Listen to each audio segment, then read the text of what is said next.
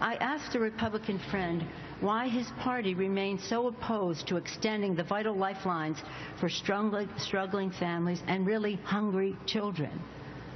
This colleague's response was telling in its blunt nature, and it's stunning in its honesty. What he said was, to the Republican caucus, these people you're talking about are invisible. And the Republican caucus is indifferent to them. Invisible and indifferent. This is just plain wrong.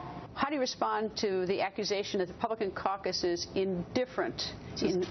Greta, how outrageous is that?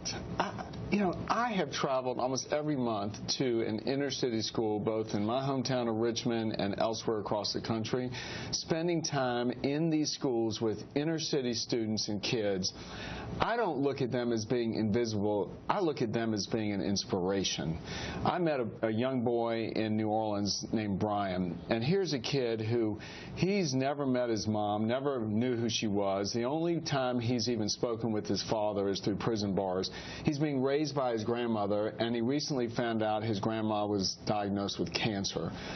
But yet he was a positive kid. He was working to go to college. Here he was in the inner city school in New Orleans, able to be in that school because of a common sense conservative policy of education choice by Governor Jindal.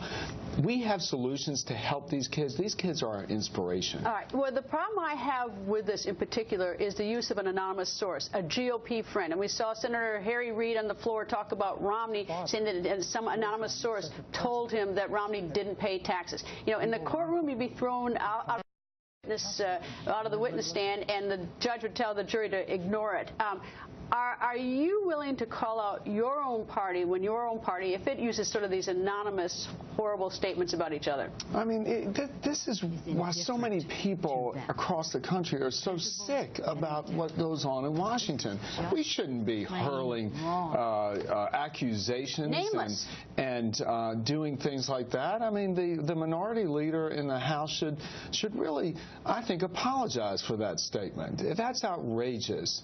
We all want to help inner city kids. We all want to help people, and the debate should be around what's the best way to help people. We feel that we have common sense conservative solutions that actually can produce results like those in Louisiana that are helping Brian. As an aside, I also call it the media with its gross overuse of anonymous sources. I don't like it when the media uses it so liberally as well. All right, Gabriella Miller, a 10-year-old, terribly tragic case, died of brain cancer last year, but there's a new law, or soon to be if the president signs it.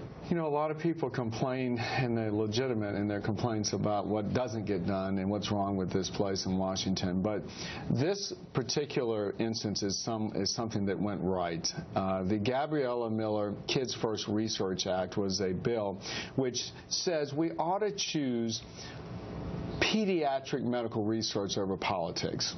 What the bill is basically taking monies out of the fund where you have taxpayer dollars going to pay for political conventions. Which are parties. Lavish parties. We all know.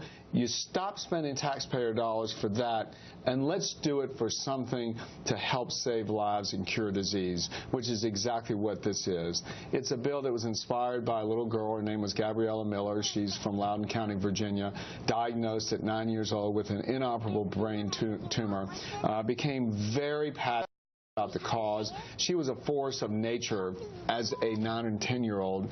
Unfortunately, she just passed away in the fall. Greg Harper, a colleague of mine in Mississippi, had this bill. He and I met the parents and named the bill after Gabriella. It's a Republican-introduced bill? It is a Republican-introduced bill. And the Senate has also passed it? Amazing. This week, Greta, the Senate went and cleared this bill, and so it's on its way to the president's desk. And I look forward to the president signing it, because what this says is we all came together. We all were able to actually produce a positive result to help cure disease and to help promote research in the area of pediatric diseases. Which is maybe a little bit to loop back to the beginning, that where Leader Pelosi said that Republicans were indifferent this was, of course, to poor people, struggling families, and hungry children. At least she would concede you're not indifferent to suffering children. You're exactly right, and we can work together towards that end. Leader, nice to see you, sir. Great to be with you, Greta. Now, we also spoke with Leader Cantor about Obamacare, and you can see the rest of our interview on GretaWire.com.